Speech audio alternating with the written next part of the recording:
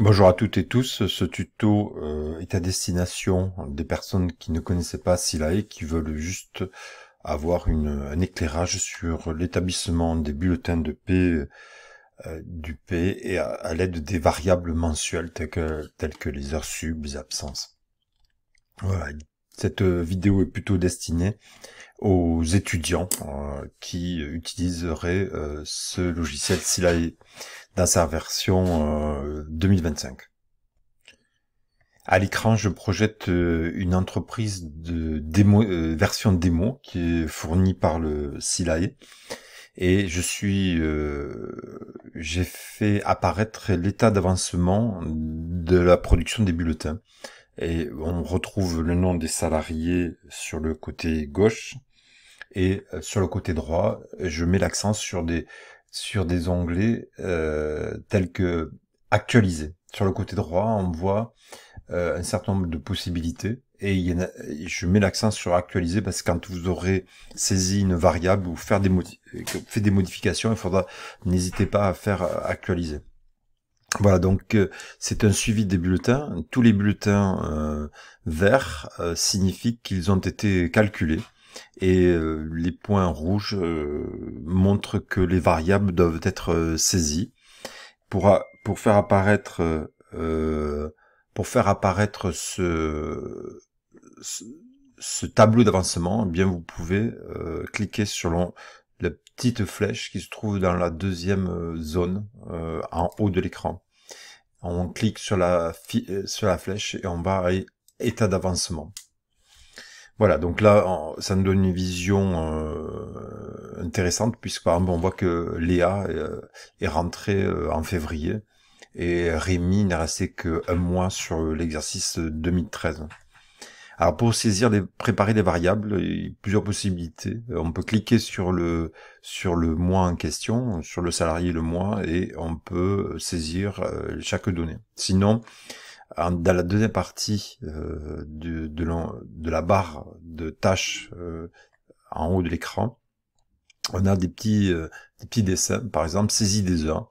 Et bien ici, on peut saisir les heures supplémentaires à 25%. Alors imaginons que Marc ait fait 12 heures à 25% et Joël en a fait une. Donc on peut saisir comme ça les heures à 50, à 100% dans cet onglet-là. Ensuite, il y a le deuxième onglet qui va permettre de rajouter des choses, des saisies lorsque donc quand des données ont été paramétrées propres à la société. Sur le troisième onglet, on va retrouver les heures supplémentaires en récapitulatif et les heures complémentaires. L'icône suivante concerne l'activité et là c'est une partie assez intéressante puisqu'on a le mois d'avril qui apparaît et lorsque par exemple un salarié est en congé sans solde, eh bien il suffit avec la souris de désigner la période pendant laquelle la personne a été absente. Eh bien et ensuite ça se fait assez facilement, on a les dates ici. Et ensuite, vous avez les possibilités qui vous sont proposées. Donc ça peut être des congés, ça peut être la maladie, par exemple congé payé. Alors on va voir ce que ça va donner, mais on va dire que Léa est partie en congé fermé, comme congé payé, et donc on a son absence pour congé payé. Pareil pour la maladie, imaginons que cette salariée soit absente pour congé payé, eh bien on va mettre santé, maladie non professionnelle, par exemple, maladie non professionnelle, et on va appliquer. Donc on voit qu'on a des codes couleurs, ce qui permet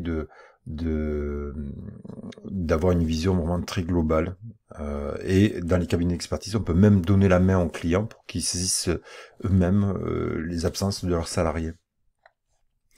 Voilà, une fois que on a établi saisi les variables, on peut revenir sur l'état d'avancement. On sait qu'on a saisi ces variables. Alors si on veut par exemple calculer un bulletin, on fait calculer un bulletin et on clique sur le bulletin et on lance le calcul. Voilà. Ou alors, quand toutes les variables ont été saisies, on peut se mettre sur bulletin et lancer, calculer les 9 bulletins directement.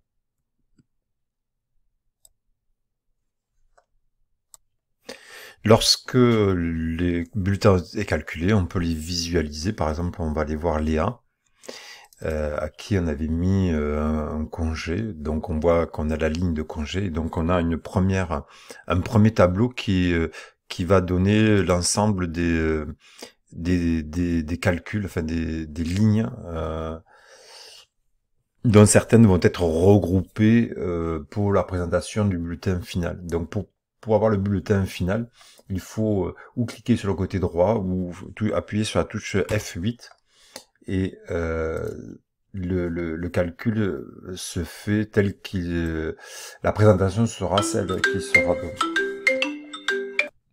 Donc ici on voit bien que la personne a pris 6 jours de congé ouvrable avec la méthode du maintien à déduire et l'indemnité identique correspondante.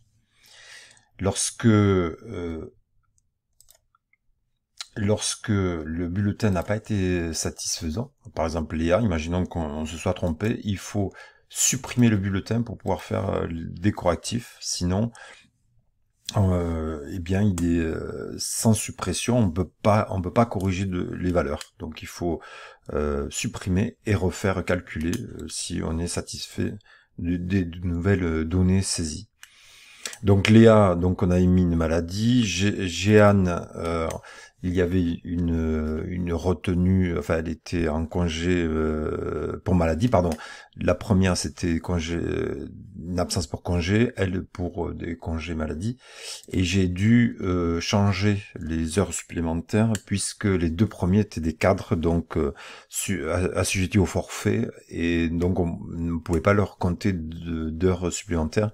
Et donc j'ai changé et j'ai mis 12 heures à Maya. Et on va aller voir les heures et on voit 12 heures avec la majoration à 25%. Et toujours F8 pour avoir la présentation du bulletin final tel que vous la connaissez. Voilà.